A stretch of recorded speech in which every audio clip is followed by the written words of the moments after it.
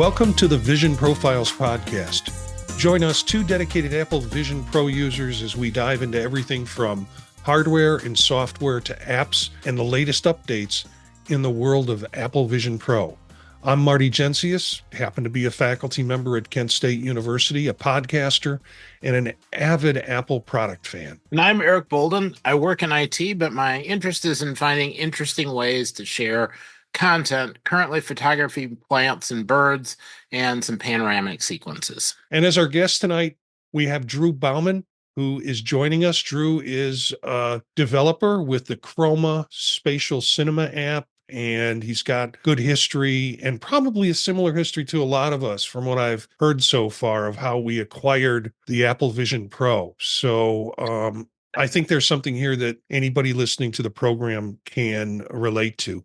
Before we get into introductions, Drew, what I want to do is let listeners know that Eric and I are, we're going to continue to do the show on a weekly basis, and we're going to continue to have guests, and we're going to continue to have panelists, folks who come in on a regular basis to be part of the group. But we've started a new venture with Chuck Joyner. Chuck Joyner is known for Mac Voices, the voice of the Mac community, and Chuck's been doing it for years. Eric and I are both on his Mac Voices live show, and that's how we met and decided to do this podcast, although we knew each other from MacStock and other sorts of things. So we have some exciting news about a joint venture with Chuck Joyner. It will ultimately be bonus episodes at no cost to our listeners, but they're going to have a different focus, and we'll talk about that at the end of this episode. So look for these Apple Vision Pro focus sort of episodes that we'll have coming out, and one will be coming out this week, so it should show up in your podcast feed. So, okay, Drew, enough of that promo stuff. Let's hear about you. Why don't you, thank you for joining us, and just introduce yourself a little bit. Sure. Well, Marty, Eric, thank you for having me. I've been listening to the podcast for a little while now, and it's always a pleasure speaking with other Apple and Vision Pro enthusiasts. As you mentioned, I'm Drew Baumann, and I'm a software developer based in Los Angeles and creator and developer of the spatial video app Chroma for the Vision Pro.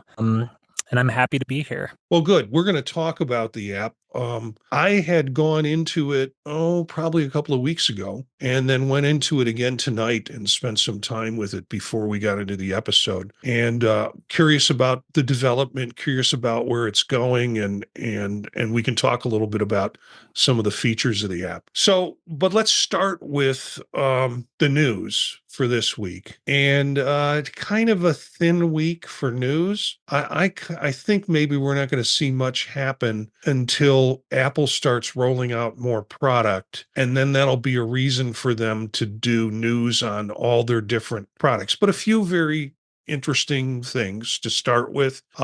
We kind of mentioned this. It happened last week when we were doing the episode, that a new beta release for developers. It's the fourth Vision OS 2 beta for developers. And that's been out. I think most of the folks I know who are using the headset are using the developer beta. And, I don't know people who are still on 1.3, but a lot of folks playing around with 2.0 and the 2.0 betas. Anything, Drew, in particular with this, being a developer, that you see or have heard about it? Sure. Well, speaking of 1.3, if I'm not mistaken, as of today, Tuesday the 29th, when we're recording this, I believe that 1.3 was officially released. Like you said, though, most people I know, with the exception of a few friends that have Vision Pro, are on the beta. And Vision OS 2 Beta 4, as far as I can tell, is a lot like the others. I mean, it's hard for me to analytically say, like, if eye tracking is better than, version 3. I've anecdotally heard things like that. Yeah. But I think that the big thing for myself and other users is the new environment. Have you guys checked out Spooky Lake? Yeah. Yeah. Have, Yeah, And you know, have you tried it in dark mode? that's what it's I've heard. I haven't That tried is it yet. awesome. It is oh, well. it's great. One of the things that I love about these new environments coming out is just the attention to detail that Apple put into them. I mean, as far as virtual environments go, I mean, they're best in class. They're what I think every developer strives for if they are making immersive environments. And one of the cool things in this newest environment, from my perspective, is this sort of fogginess in the air. I think that that's one of the newer things, and it really sets that mood and that mysterious tone of the environment. Also, another thing I love about it is it features a lake, much like the Mount Hood environment. Mhm. So when you are, watching a movie in Apple TV or using another app that can take advantage of some of those new Vision OS 2 features to watch videos in one of the system environments, you can actually see the reflection of the screen on the water, and I just think that's the coolest thing. Yeah.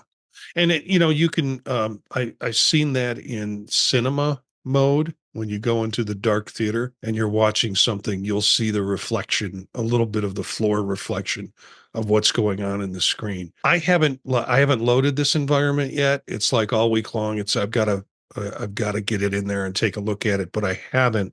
I did hear that it wasn't just a 2.0 push out, that they pushed it out to all Apple Vision Pro users. So you would have to, I guess, go into environments and opt to download that particular environment. What is it? Lake Vralanga. And so that's of interest. When I think of immersive environment, my taste is clear, clean, crisp backgrounds, not spooky, foggy, serial killer lakes. But I did read a review on it that, as Eric said, the night mode is supposed to be just really exceptional. So yeah, I'll go there. I will go ahead and do that with the Uh, 2.0. Yeah. Oh, sorry. I was just going to say, speaking of the sort of the night mode and that sort of spooky environment, I've heard that that horror movie enthusiasts really enjoy that environment for sort of setting the tone of like, a thriller movie or just like a slasher, just Yeah. because it fits so perfectly. Yeah. It just feels weird for me to watch science fiction on it or whatever, which is the genre I hang out in.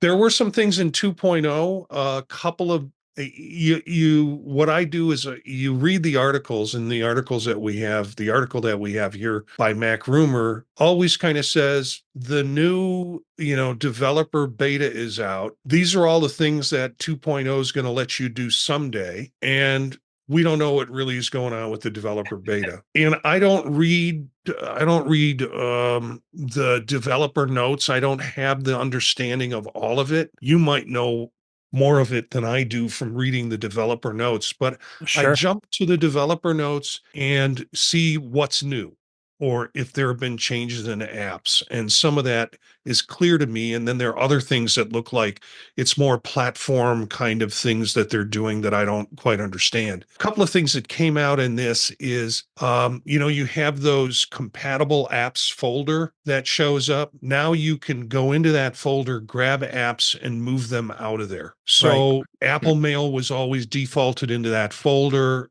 Now you can pull those out with this current beta, and I've played with that and tried it. And then the second thing that I saw in there, I'm sure there's more. The second thing that I saw was the ability to change your crown default. So when you start to turn the crown, you get environment and then audio. I always then have to look over to the audio because I'm not going to change the environment, or rarely do I use environments. But I'm really more interested in affecting the audio. Now, of course, you can do that by looking at the media and just using your fingers to do the slide. You can set that crown to first default on the left of the two icons that come up. You can switch it so it's now the audio volume control, and the right then becomes the environment. So those were little Easter eggs I found trying to read through those developer beta release notes. Yeah, and there are certainly hidden gems for features like that in the release notes and in these developer updates. However, I think that the majority of the things from beta to beta is really like fixes and sometimes the new APIs, sometimes the old APIs that developers use. There might be a I'm blanking on the word, but essentially something that did work in the past versions no longer works as expected. And so this is an important like feedback period for Apple to essentially make sure that everything new works as expected, everything old still works as expected. Yeah. And you know, I'm part of a couple developer forums and developer discords, and you're constantly seeing people just running into limitations and getting advice to leave feedback for Apple. And you know, it seems like as developers, we're really sort of pushing the limits of what's possible with these new APIs, and it's essential for Apple for us to do this so that they can also determine if, you know, their APIs are hitting their target audience and if they're completing our objectives successfully. And if they're not, there's this thin feedback window where we can, you know, hopefully get the necessary changes in before next year. So that's essentially what I'm seeing beta to beta. Well, that's good. That's good. I mean, I get excited about little things like changing the direction of the crown and and pulling out apps that I keep looking for and know they're there, but they're in the compatibility section. Yeah, So now speaking I of can which, sorry to interrupt you. Speaking of No. which, with the digital crown, I'm with you there. You know, when I feel like the audio's too loud, I go to the digital crown. But now that you're both on Vision OS 2 and there's this new hand gesture for controlling the audio, do you find yourselves using that at all? Or is it just sort of, you know, something that you're not used to yet? I try the gesture first. Occasionally, for whatever reason, either not enough light or something else, it fails. So, but the gesture is a lot more convenient.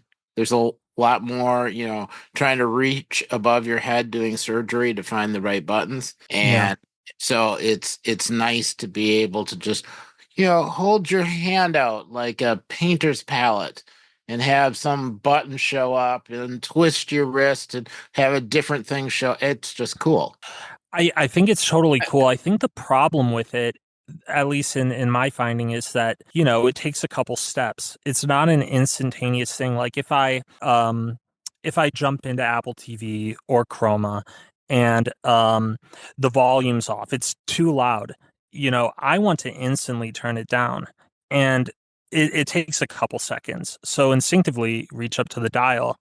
But if it's on, you know, the environment option, it's kind of a hassle. So it's really nice that they gave users the opportunity to default to volume. Yeah, I'm trying to think my response to that question. Probably about if I'm watching media, obviously, well, that's where I'd be listening to sound anyways. I've gotten more accustomed to tapping my fingers together to pull up, you know, all the different controls on the media and then going up and doing the pull and slide for volume that way about 2/3 of the time. And then there's that muscle memory that goes, put your hand up on the thing to touch the crown, and then you look up and you go, I could have just done this right with the media.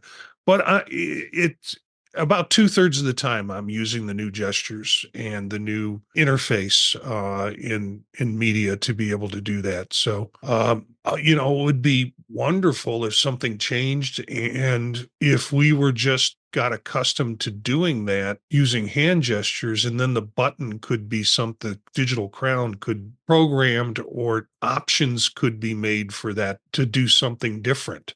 If you wanted to do something different with it, sort of like what they're doing with the iPhone and the programmable side button that's on it. It'll be interesting to see what happens. Yeah. Could either of you see a alternative use case for that digital crown, or say even the photo button on the other side of the Vision Pro? This sounds kind of silly, but I would think brightness. I mean, if you can adjust brightness in a way, or contrast, or something like that, that would impact what I'm seeing. That's the first thing that comes to mind. I wonder if they'll tie it to one of the accessibility controls at some point. Because I That would found make sense. occasionally I would like to be able to dial it to grayscale and take all the color out, but that's me. That's interesting. I don't know a lot about that accessibility feature. Right now, you have to dig through some menus, I imagine, when you want to enable that. And I just set it to grayscale.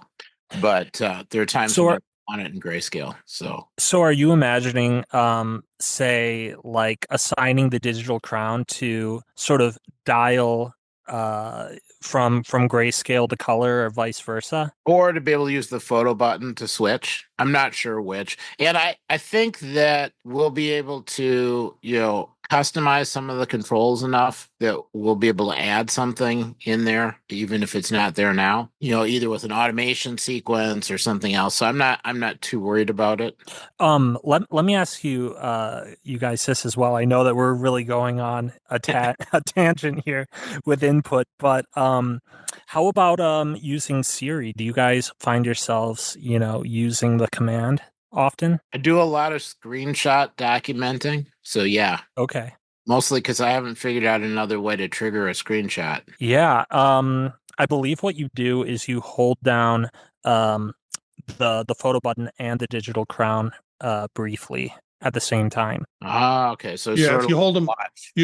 Short time will shoot a photo of what you see. A long press will put you into the ending programs. It'll give you a list of what you got running, and then you can. It used to be you had to do it one by one. One of the beta changes was that you could just check off all of them and then quit, and it would quit all of them.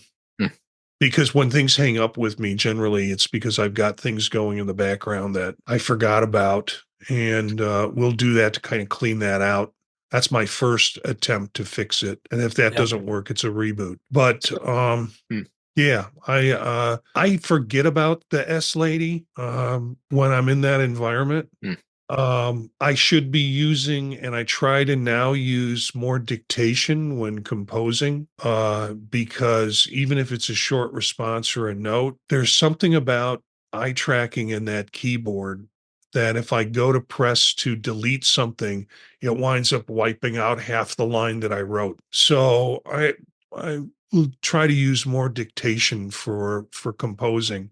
And the dictation is pretty good. It knows when I've started a new sentence, and it will change and put the period in on the last sentence instead of me having to say period, for example. So it really is pretty good. I just sometimes don't think that would be that's not kind of grilled into my head. There's an easier way to do this, and it's me just dictating the letter. And for searching, I usually try dictation first and then switch to the keyboard if it can't figure out what I'm saying, because it's generally faster and more convenient, and then, last resort is grabbing the keyboard, bringing it really close, and then pushing the keys one by one with my fingers if nothing else is doing it. Yeah, so I agree. I do the exact same thing. Oh, yeah. So have either of you hit any instability problems with the latest beta? I don't believe I have. Have you?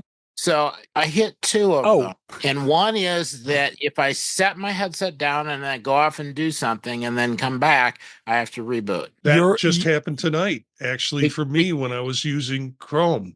Because it wakes up, it authenticates, and then it's a blank screen area. The buttons don't work. You can't bring anything up. Yes. And actually, you know what?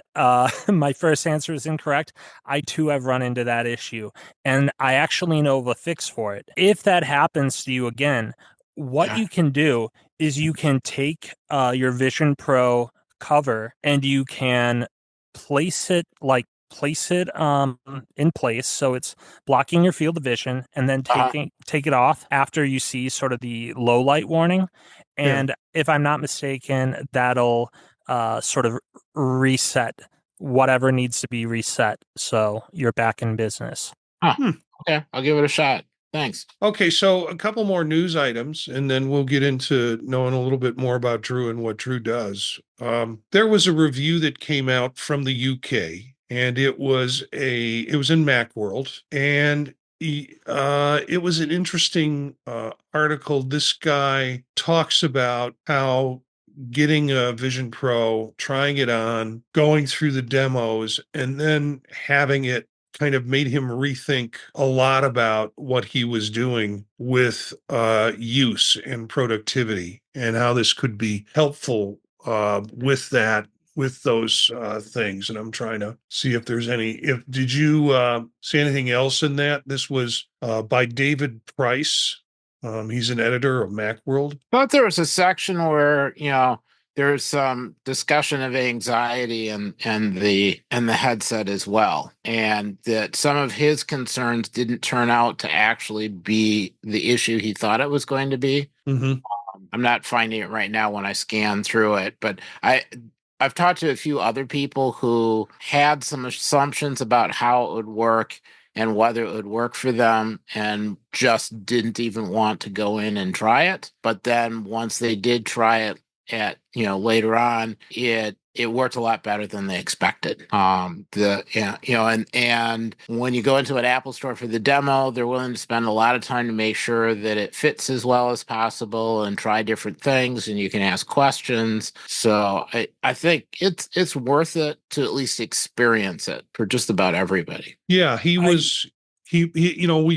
people's reviews in general have gotten softer, kindler. That's not a word.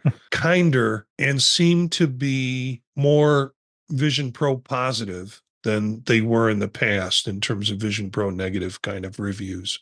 I agree with you. I definitely haven't seen any reviews lately, and unfortunately, I didn't get an opportunity to read this article. But yeah, I certainly invite all my friends that haven't experienced the Vision Pro to either check mine out, or preferably to go to an Apple store where they can get a proper demo by people that are actually trained in giving the demos, especially if they don't have any sort of VR experience. It's a magical device, but if it's a user that has had a maybe a PC VR or like a Meta Quest in the past, trying out the Vision Pro, seeing sort of the latest and greatest in hardware and compute on a head-mounted display is it's pretty mind-blowing just to see like how far we've come since the first Oculus has started coming out. For me, I know that when I put it on and when I went to like that Mount Hood environment, going back to that, seeing sort of the water rippling, seeing the realistic textures in what I would consider a Retina quality was just kind of like, whoa, we've made it here moment. It was just incredible, and I want more people to experience that,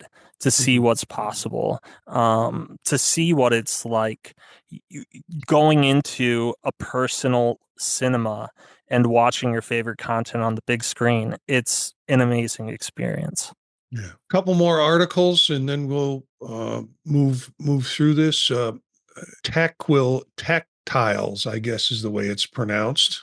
Manifest Maker is a app that is available for now. It's been available in iPad and other platforms, but it's now available for Apple Vision Pro, and it is an interesting app because it's basically an opportunity for you to construct training or training modules on certain for businesses or for whatever. If you put the headset on, and it will take the user through a particular pattern or training, and it will also allow you to do things in 3D and 3D objects as part of the training. So if you're trying to take a new employee through step by step through a process that they have to do, let's say in manufacturing, this app is available to help you create the training pieces for that. And so these enterprise uses, I think, are real exciting. Instead of having you still want to have this in a way, but instead of having somebody walk somebody through that process and they're attached to that person's side for the day, person can put the headset on, can have that experience, and then maybe that's when you bring in people to work with them once they have an understanding of how the whole process works. But AI capabilities in this Manifest Maker, and also they've extended their hardware support. Obviously, it's now on Vision Pro, and it you can do 3D model creation with it, which is pretty cool. That's kind of neat. Wow. Yeah, that seems like a pretty good use case for the enterprise. And I think that the AI capabilities that they highlighted are creative and useful. I think that's a great use of a model like GPT-4o for capturing that video and breaking it down into sequences that a new employee could follow.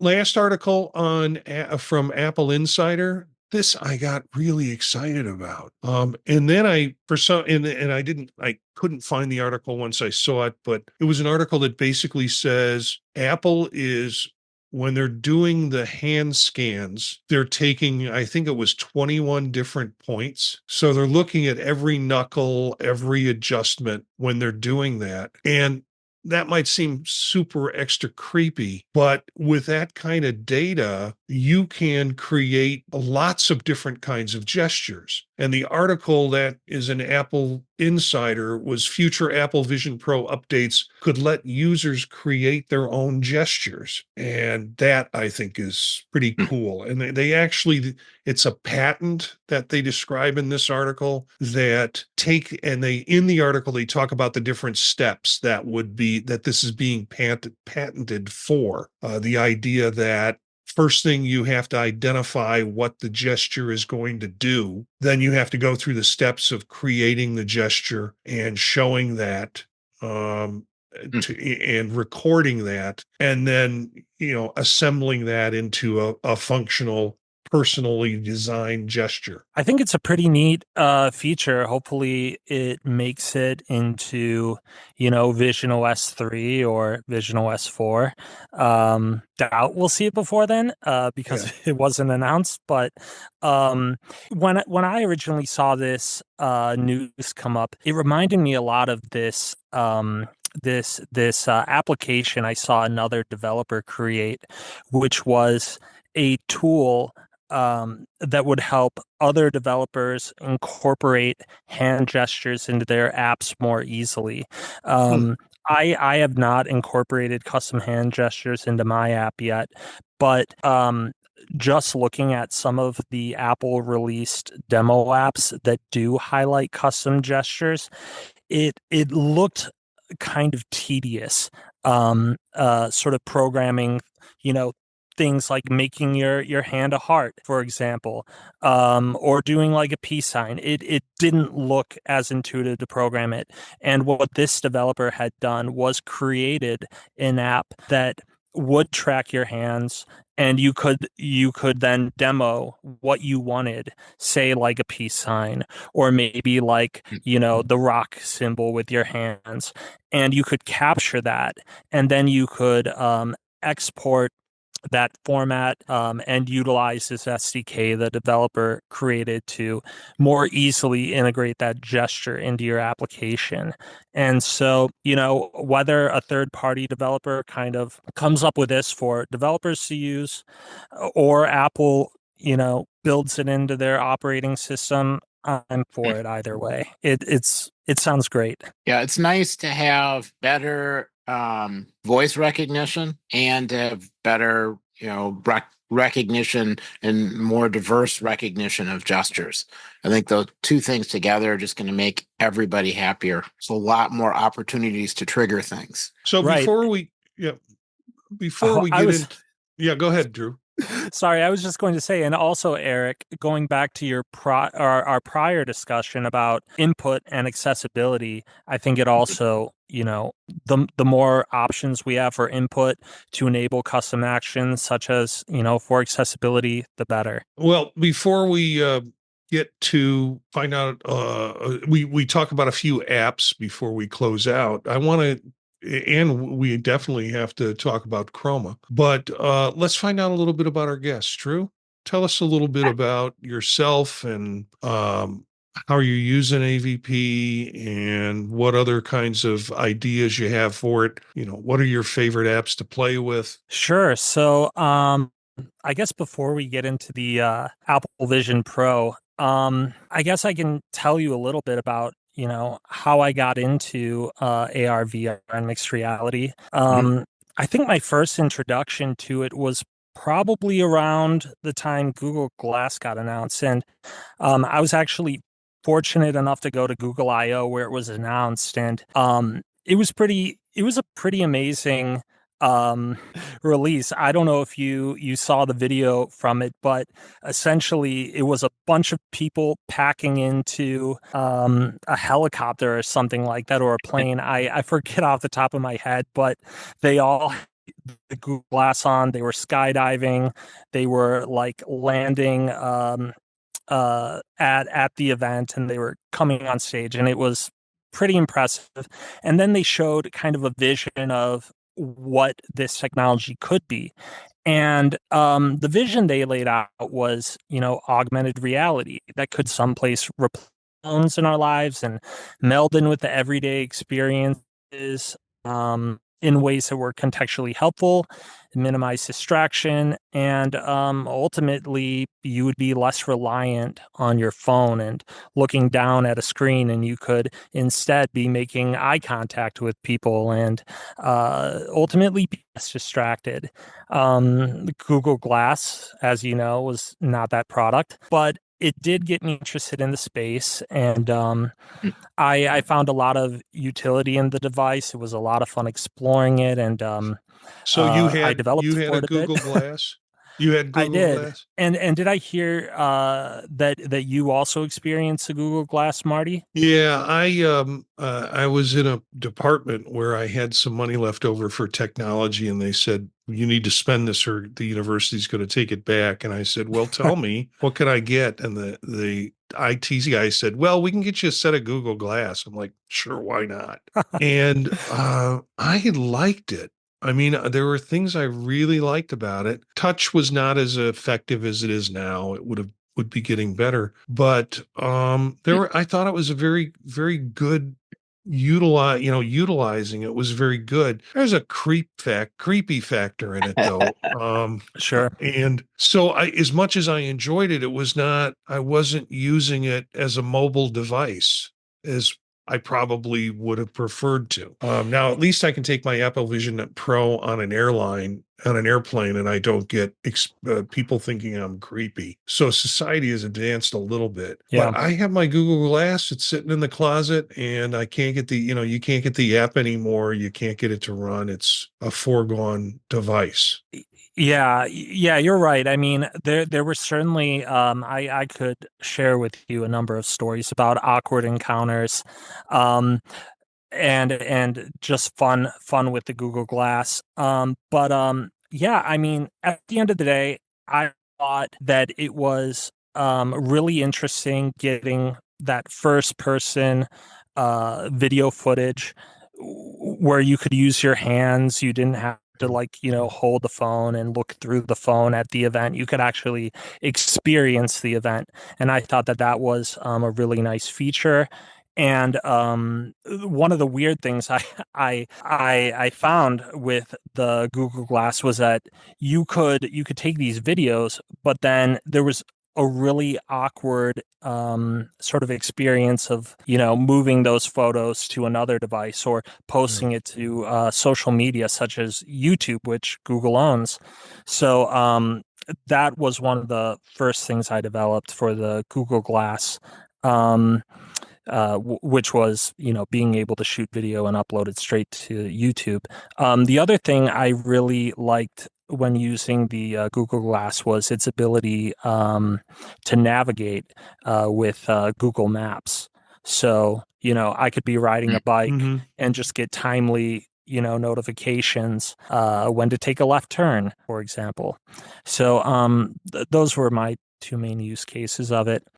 But anyway, and then when Oculus announced the first Quest, that was really exciting to me as well, because I had experienced VR at maybe a mall or a team gathering. But, at that point in time, if you wanted that fully immersive experience, you had to have a very expensive PC to also use. And I'm a Mac guy. I've spent my career developing on Macs. I have no business, getting a Windows PC because it would just be underutilized. And also my qualm with, the PC VR is that you basically had to have a dedicated space for it. You either had to set up, cameras all around the room, or you would have to set up these other sort of hardware devices to track, your place in the space. And I was living in a small apartment. I didn't have a spare room that I could set up for that use case. So, when Oculus announced the Quest and they said, okay, everything's in this head-mounted display, that was incredible because I didn't rely on the computer. I didn't rely on external trackers. I could just move a couch, move the dining room table, and then or stand in there 3-foot parameter Guardian. But either way, all of a sudden that made it accessible to people like me, and they made it very accessible from a pricing standpoint as well. So that was my first sort of experience with VR as a gaming device, exercise, education, and entertainment platform. And sure, it had its limits, but it really opened up my mind to the potential of these sort of platforms. And then, of course, like you two, I'm also one who appreciates the craft that goes into Apple products. And I don't remember when it was, but I remember seeing maybe a decade or so ago an Apple patent for a VR device. And I was like, okay, this is cool. Apple's thinking about it. And I was excited for that day that Apple would come out with a VR headset, because, Apple's not always the first to the party, but when they show up, they steal the show. They come correct. And when I saw the Vision Pro announced at WWDC 23 and I saw the specs, I knew I wanted it. Yeah, I at that point I started setting money aside, knowing that I projected the time that it was going to come out and the amount of money I was setting aside. There would be money there for me to buy it on launch day. So that was definitely going through my mind as well. But the bigger fear was, how do I bring this up to my wife and get her to give it the green? And so I just, put out those feelers like, oh, did you see Apple release a new device? Yeah. What do you think of that? And oh yeah, oh, do you think you'll get one? I don't know. Maybe it looks pretty interesting. But you and I went to the same school. Yeah. But ultimately, I pretty much said, okay, if I get this thing, it's expensive. I know it has its limitations, but man, the hardware is incredible. The M2 chip, the 4K, mini, or is it mini or micro OLEDs? Either way, like retina quality OLEDs with impressive blacks, impressive color gamuts, like on your head, portable, incredible. I had to experience that. And so I said, okay, if I'm getting this, I'm going to at least develop an application for it, because otherwise I don't know how I can justify this. So then, yeah, I mean, when the pre-order window came up, I woke up early, as I'm sure you guys did, scanned my face, panicked when I saw, oh, there are storage options, because we didn't know prior to that point that there would be storage options. And so then I was like, oh crap, which one do I get? Waffling for a minute or two, and then deciding to get it shipped to me. So which size did you get?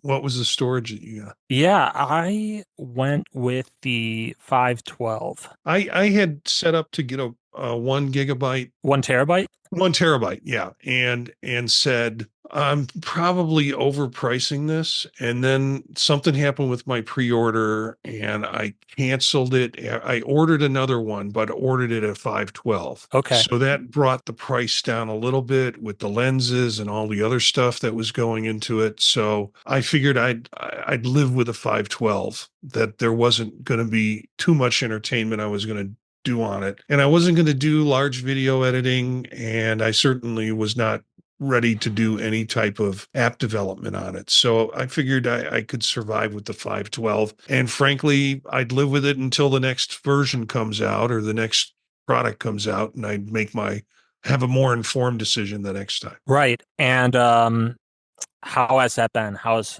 512 been for you?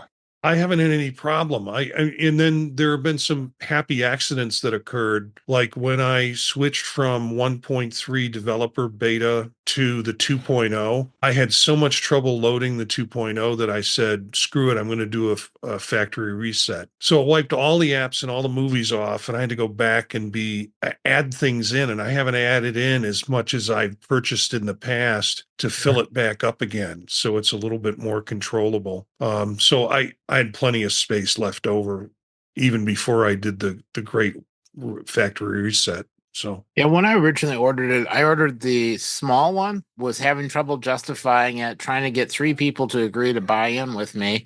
And so I put it on hold. And then I went home, thought about it a bit, and I said, okay, I'll be back later in the day once I'd talked to everybody. I went back later in the day, and they said, oh, it's a new system.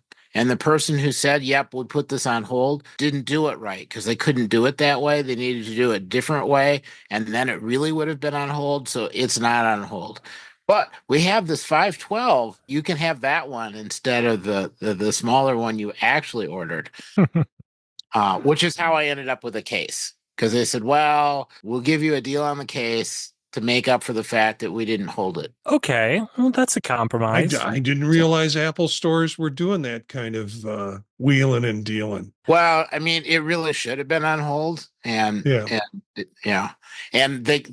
couldn't adjust the Apple Vision Pro, but they were able to adjust on the case.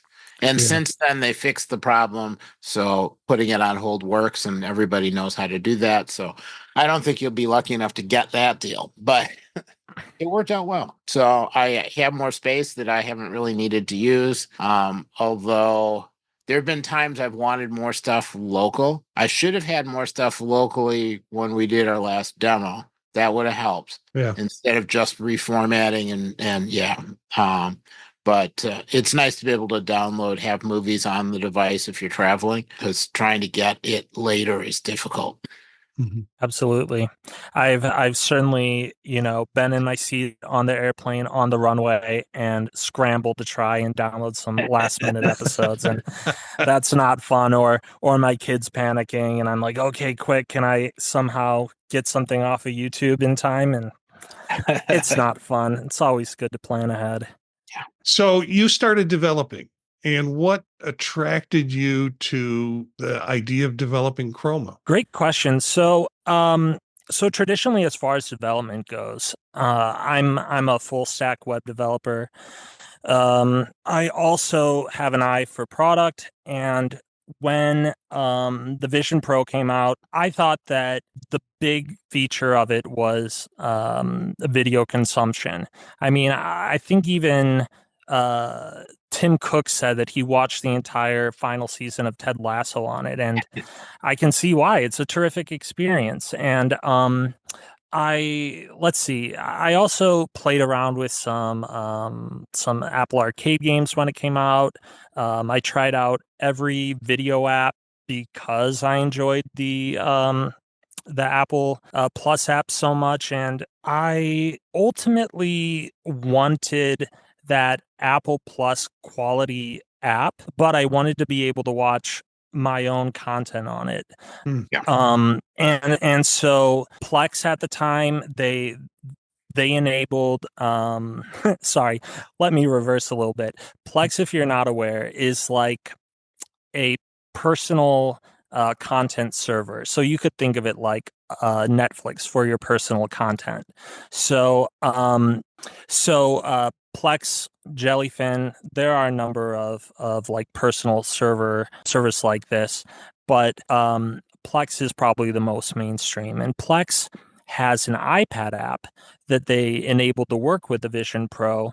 But as I'm sure you've all experienced, iPad Pros with the Vision Pro can be hit and miss, especially when it comes to hitting small buttons, especially on some of the earlier versions of Vision OS. It can be a real struggle. And so the Plex app wasn't what I was looking for. And then I want to say Infuse, which is like the best like personal media app for basically all the Apple platforms. I was introduced to it with tvOS, but they released a beta, and it was a little lackluster. It has gotten better over time, but it was lackluster at the time of like the Vision OS, or sorry, the Vision Pro release. So there wasn't a solution for what I was looking for. So I decided to just dive in and try to make, a simple video app and go from there. So that's ultimately what led to Chroma, just building that experience that I was after. And once I felt like, okay, this is able to play, media off of Plex. This has enough sort of features that I think I can share it with others. I put it out there into the world, and since then I've been polishing it. I've been adding features, speaking with users, getting feedback, learning about, a whole bunch of use cases that I hadn't even thought of. And it's been really rewarding to sort of meet others in the Vision Pro community, hear from others who love using the application, and getting some great critical feedback and praise through the process. So I played with it for about 20 minutes tonight. Well, actually a little bit longer, because I wound up finding some video that I had. First, I tried to go into Plex, and it's been a while since I've gone to my Plex server. So I probably, they wanted two-factor authentication, and I didn't know what authenticator app they were talking about. And anyways, I actually, just before we recorded tonight, I went in and just created a new Plex account. Oh, cool. Okay. So, and I'll have to go back in to remind me of how that's all set up and how to do that. But I did a couple of things with the app, which is pretty cool. It's minimalist in a way, in the sense that you've got a couple of choices, and those choices drive you in different directions or different paths. I say minimalist in a good sense, because it's very easy to say, oh, let's look at the photos, or let's look at movies or videos and photos that you have. And it opens up, and I had shot some, I don't do a lot of videography, my personal videos, but my daughter was doing a recital, and doing some piece of opera that she did, and we went up to see her, and I sat in the front row and just recorded that. And I've seen that video. It was recorded on my 15 Pro, and so it was set for spatial. Oh, excellent. And, I can look at it on my phone, and I've sent it to people who then, it gets flattened into 2D essentially. Man, it was so good in that app. It was Oh, I'm just, glad you the enjoyed it. clarity was incredible. And I'm like, I shot this with my phone. But I would never have gotten the richness of it, whether it's the phone or the app or a combination of the both, that it was just so good, in terms of running into those videos. So it was one of those wow experiences that you have. And sometimes it's when you're looking at other people's work, but it's also really fun when it happens to be your own. So yeah, I enjoyed that aspect of it. And then I collected a bunch of, on a folder on my desktop on my computer. I collected there was an old show on Comedy Central called Insomniac, and it was a Oh, yeah, comedian with who Dave spent Attell, right? with Dave Attell, and he would go up in different cities and go out all night. Now I'm watching it again. It's there's some real raunchy stuff in it. But I've since that came out, I've done a lot of traveling to major cities, and so I'm like, well, let's see what they're doing in Phoenix. And so that came up, and I watched that show, through Chroma, and it was kind of fun. Did you Well, try I'm it? glad you. Oh, sorry. Sorry, go ahead. Did you try it in the theater seating? No, I didn't. So if you sit in the theater and then you change your mind and you decide you want to sit in the front row or the back row, and you press the button, and then you get to slowly slide all the way up to the top or slide all the way to the bottom. I didn't even have a movie playing. I was just sliding up to the top, all the way down to the bottom. It was good. That alone made my night. And then I had a short clip of a friend of mine had one of the 360 cameras Yeah. that she stuck on the end of a pole and was doing some filming. Talk about nausea-inducing footage. Oh, Well, gosh. don't tell her I said that. But it picked it up. It played it. It was good. It wasn't as nausea-inducing as the last time I tried to watch it. Don't put a camera on the end of a pole with somebody who's really short that is wandering around with it. And most of the time it was sideways, walking forward, like you're going through a weird tunnels, looking all the way around. Yeah. It was, the Yeah, that horizon sounds was rough. not stable. However, it played. And the first time I tried playing it, I went through app after app after app trying to find one that would just play it. It played with no problem. So I was really happy about it. And then I had a couple other short clips that just played. My issue is I don't have a Plex account. Well, no worries. I mean, in one of the last versions of the app I released, I opened it up. Prior to this version, it required a Plex account to even, sort of use the application. But a while ago, I released local video playback as a beta feature, and I was hitting this issue with authentication with Plex. There's some rules around how Apple wants you to handle authentication with third-party services, and I was facing some reliability issues, and so I just decided to start fresh.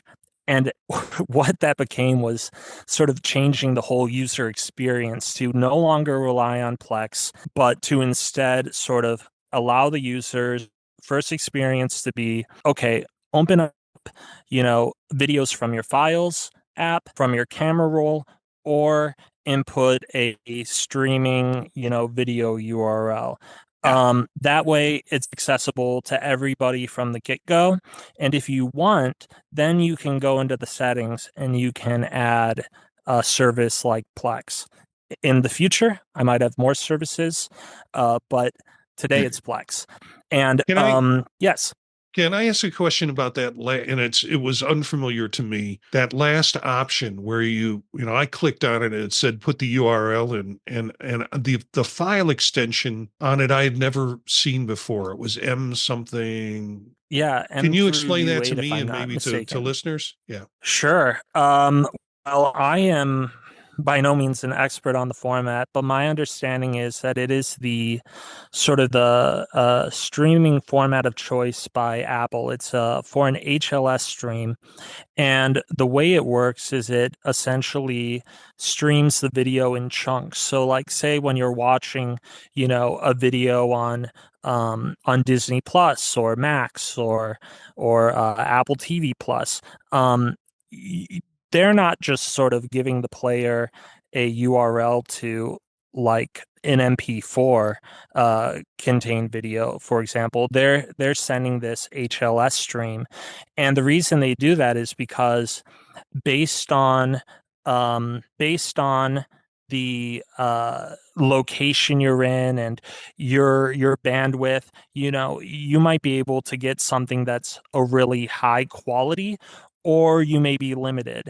And so with HLS, you are able to sort of dynamically get the best stream for your given connection. Is that, I mean, I'm familiar with HTML5, the idea that it's streaming and it makes adjustments to it. Is this another kind of format like that, or am I off the mark completely? No.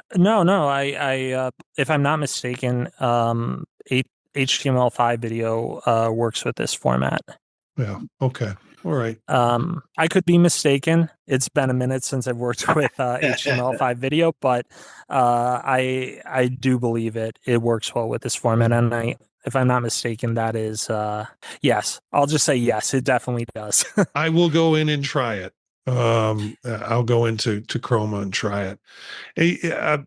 Paying attention to the time and how long we've been going, I want to give you an opportunity to say anything more in terms of, I'm curious, I ask this of people who are developing, what's going to happen next? What do you think is going to happen with this app or anything else that you're interested in doing? Yeah, well, that's a good question. I mean, there's certainly a variety of features that I'm working on at the moment for Chroma. I've got several active branches with some fun features that I'm not quite ready to talk about yet. Okay. All right. Fair enough. But one of the things that I was working on today that should be released in the next day or two is the ability to tilt your whole theater environment. So say like, Nice.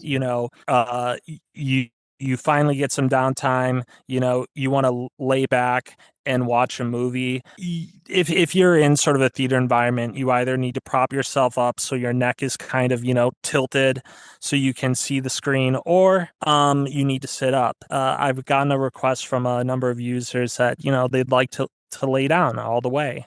And so with this feature, we'll be able to do just that. They'll be able to, use a slider to make the screen comfortable for their given orientation. So I'm really excited about that feature, and hopefully that'll be out as soon as Apple approves it.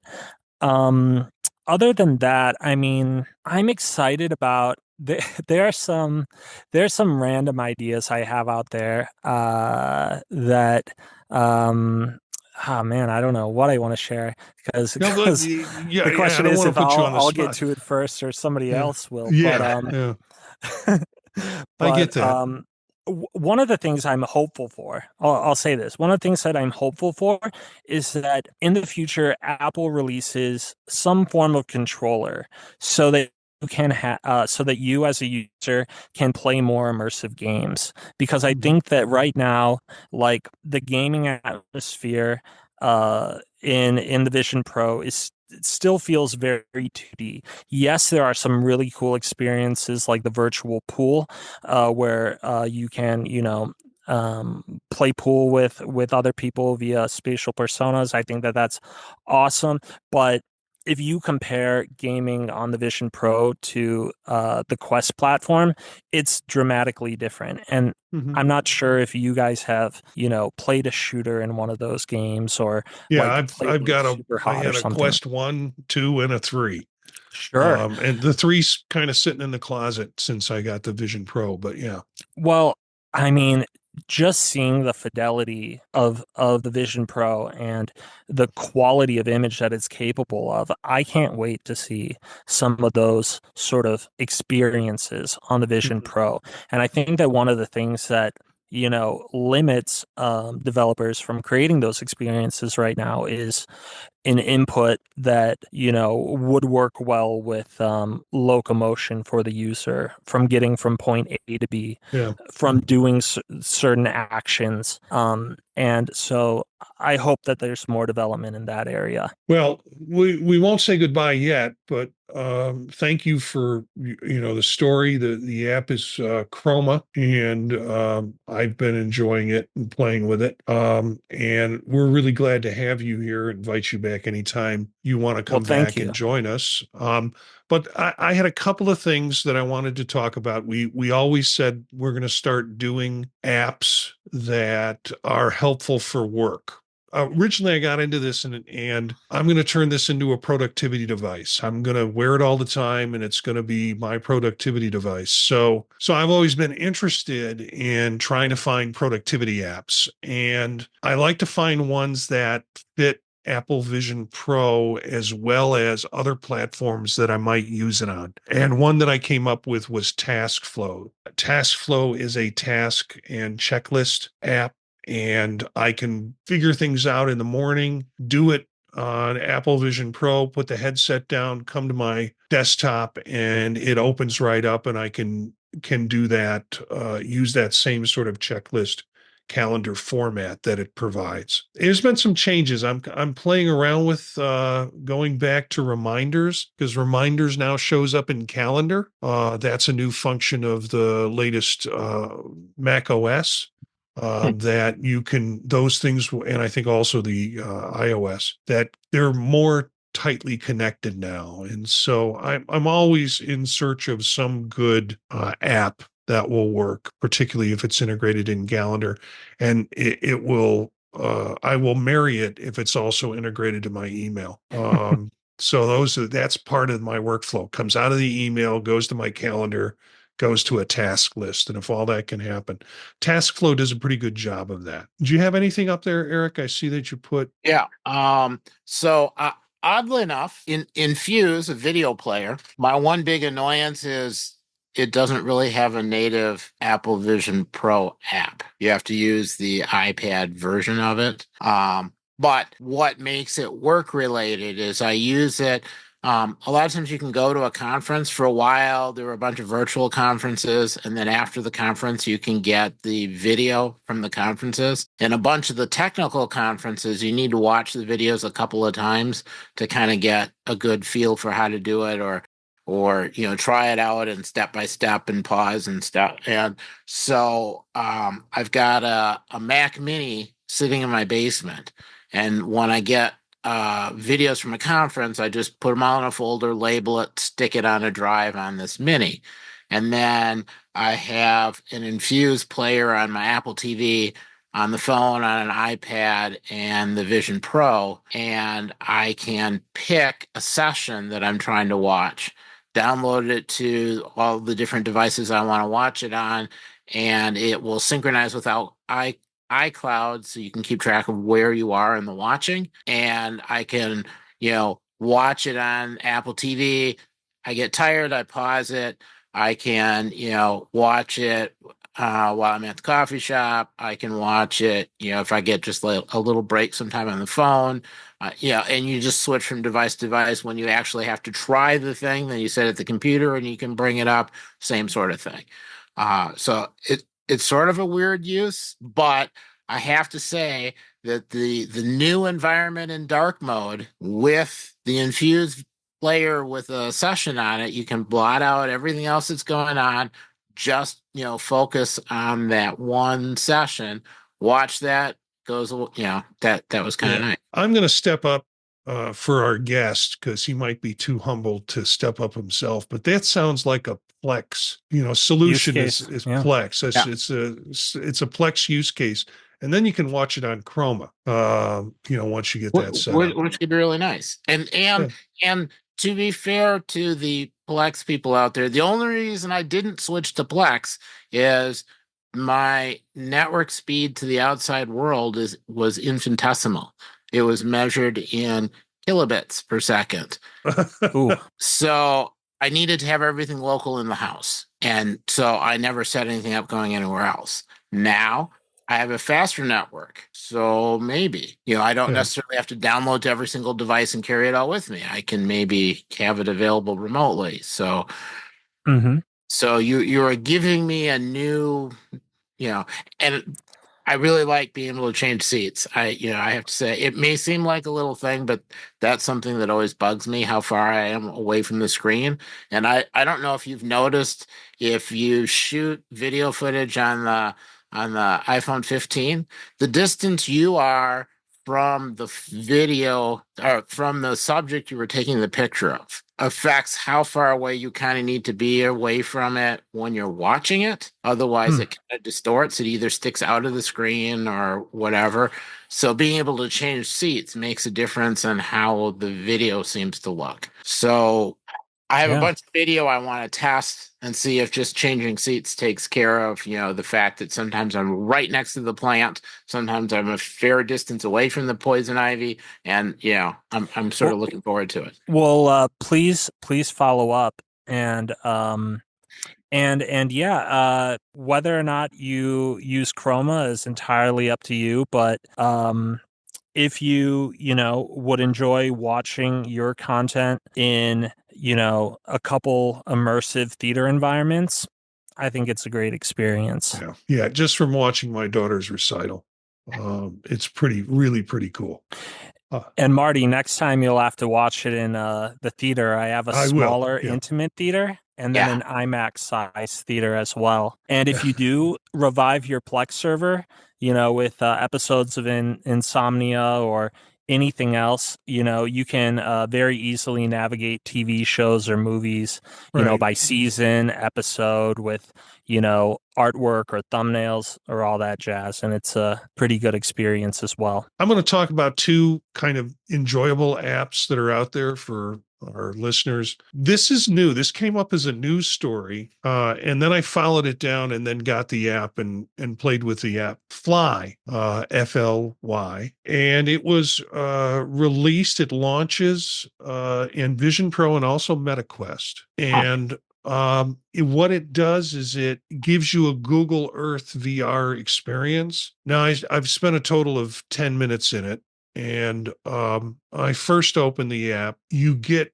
you're 900 feet above the ground. Is for people with vertigo, that's kind of can be a challenge. And then I looked at it, and I'm really sitting on this or standing on this platform. And if I look up, I can see there are these kind of jets, like I've got my own personal flying device.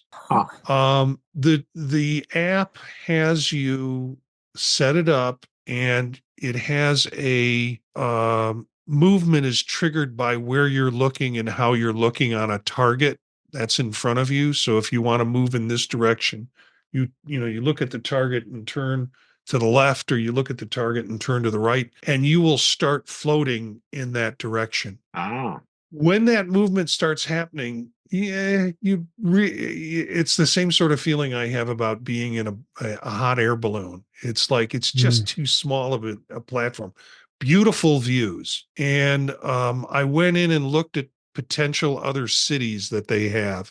They start off as the tutorial with Amsterdam. The app costs $14.99. That's a chunk of change for folks. I'll play with it some more and see what I like about it, but it has, I think, some interesting potential in terms of the environment. And then I mentioned this last week, and really didn't go too much into it, but virtual pool, like pool hall. And there's an app, Virtual Pool IRL, I guess in real life. And it's $9.99. It actually is pretty cool.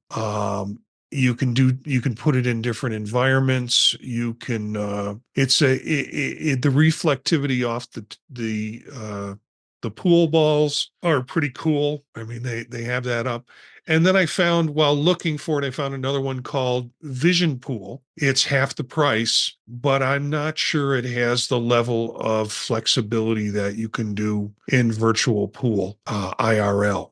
But we'll have both of the links in the show notes, so you can get a chance to look at these if you want to, and purchase them if you want to. We don't get any kickback. We're just finding these things ourselves for that. Drew, thanks for joining us.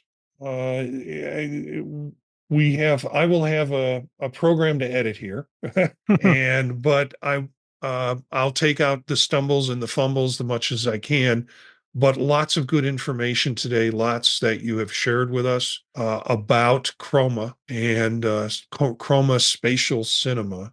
But you can find it just by searching for Chroma. I found that out looking for apps. And of course, we'll have a link in the show notes for folks to be able to link to that app directly. Eric, do you want to talk a little bit about Vision Pro Focus? Oh, totally out of context in my brain. Uh-huh. Yes, sure. You know, we go through on this show and we kind of hit a bunch of different topics, news topics. Occasionally we have a guest and we can bring in an app and discuss different experiences. But being able to kind of focus on a concept or an idea in more depth, and to have somebody who at the moment does not yet, but he will soon, have a Vision Pro, it's really kind of an interesting way to kind of go through things. So he can ask questions, we can respond, we can bring up different ways of looking at whatever the topic is. That it's been fun to listen to. Yeah, it's being driven by topics. So we cut our first episode. It's going to be called Vision Pro Focus. And what Chuck Joyner is going to do is he's going to release the video through his Mac Voices listing. And so you can find him and find us talking about the first topic, which was social platforms. We spent a lot of time talking about In Space. Drew, have you checked out In Space? Only briefly. Yeah. And we talked about the aspect of social connecting with the Apple Vision Pro, because it was always promoted as this isolating kind of technology that you would be isolated from what's going on. And so the first episode is on that topic. And Chuck will release the video, and we're going to release, and I think he'll probably release the audio too. We're going to release the audio as part of a bonus podcast that'll come along about once a month in our series. So we'll keep our weekly stuff going with the news, and we'll keep our weekly stuff going with developers and apps they're creating, and then other apps that we found that you might want to look at. And then you'll have this magazine sort of episode where we talk about a topic related to Apple Vision Pro, and then simultaneously released in a podcast format and also in a video format for folks who want to do that. We're excited about it. We're going to release this show probably in 24 hours. We're recording it on a Monday. It'll be out by Tuesday morning. And then probably the following Friday, you'll get the first episode of Vision Pro Focus. And I'm going to try and put a different icon on for it. So when you're looking at the stream, you'll see, oh, this is a Vision Pro Focus piece. And then these are some of the regular programming that we do with Vision Profiles. So excited about it, kind of really proud that Chuck Joyner asked us to be part of this. He was real curious about it, wanted to know more, and wanted to be able to present it more to his listeners too, who might not have had experience with it or might not turn to a show like ours directly to find out about Vision Pro. So I think it's a good relationship. And Chuck is a really good interviewer. If Eric and I can shut up long enough to let him ask a question. And Yeah. so that first show was rough, but he is a really good interview. He's a good listener and then has questions of curiosity. So, it's a pleasure working with him that way. He's also a good editor, so maybe it'll tighten up a bit. Yeah. Yeah. So Drew, thanks for being part of this tonight. We hope that you'll join us, and we'll probably tap on your shoulders sometime in the future just to say, come on in if you want to join us, or if you want to be a more regular part of the panel, that's fine too. That sounds great. Thank you. Yeah. So, and your app is giving me the incentive to go back and look at Plex, if for no other reason than I can change seats. But the small theater, the intimate theater, really, the lighting, everything on it is really well done. So. Well, thank you. One of my early beta testers helped me refine that. Yeah, I'm really thankful for the community that has been built around this application.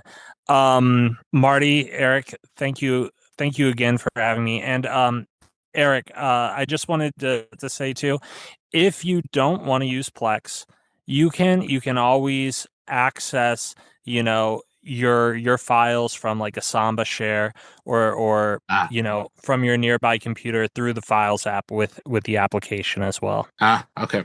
That's good to know. Well, cool. I encourage folks to check it out. Check out the app, and Chroma, and it is a different experience. It's a good different experience in that sense. So it's not just another app that's letting you look at stuff. It's organized in a way that's very helpful, and the quality of it is really very good. So thanks, listeners, for tuning in. We'd love to hear from our listeners. If you have any ideas or want to join in on an episode, email us at visionprofilespodcast@gmail.com. Our bumper music is Free Jazzy by Steve Combs, courtesy of the Free Music Archive. Learn more about us and Vision Profiles Podcast at our website, visionprofiles.info. And all our available podcasts are at thepodtalk.net. So lots of ways to find us, lots of ways to get a hold of us. Spread the word to other visionaries. Thanks for listening, and we'll see you next time.